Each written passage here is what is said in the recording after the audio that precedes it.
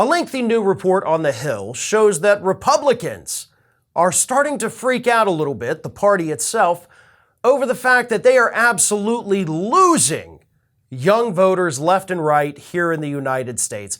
About 65% of voters between the ages of 18 and 30 support Democrats over Republicans. Republicans only get about 35% of that age group, which together with the millennials makes up the largest voting bloc here in the United States, even bigger than the baby boomers.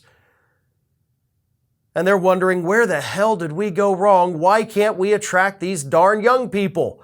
Why don't they like tax cuts for the rich? Why don't they like our attacks on women's reproductive freedom? Why don't they like our culture war issues? And the answer, of course, is quite simple.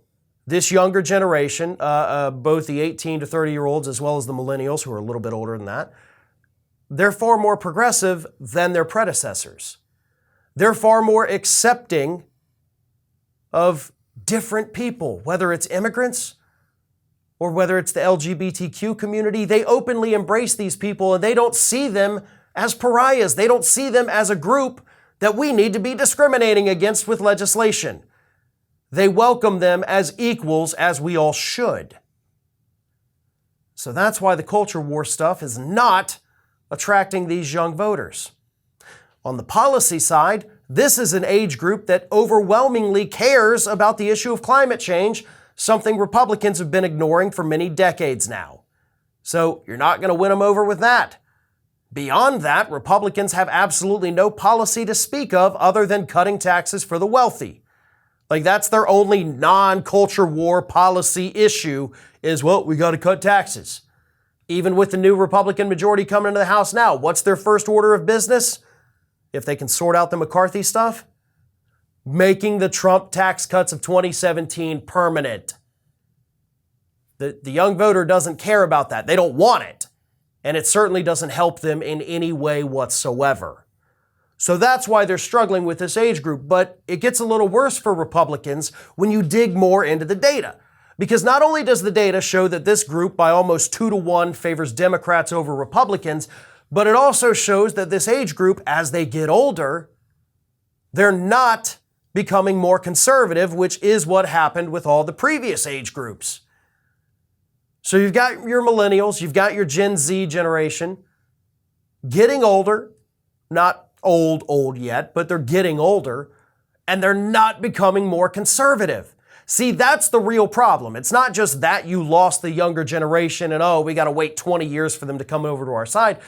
It's the flip that's not happening. And that's what's freaking the Republican Party out even more.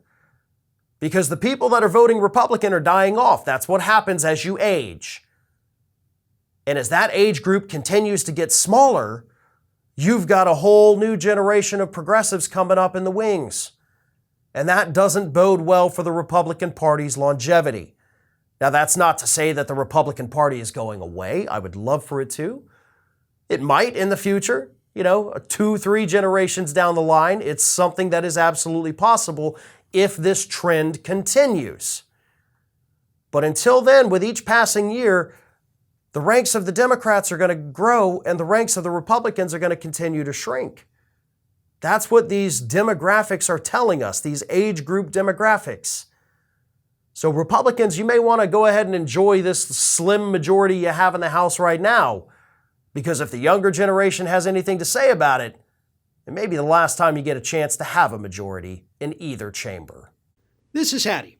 Hattie wants to know why you have not subscribed to our channel. You obviously like our videos, so do us a favor and subscribe.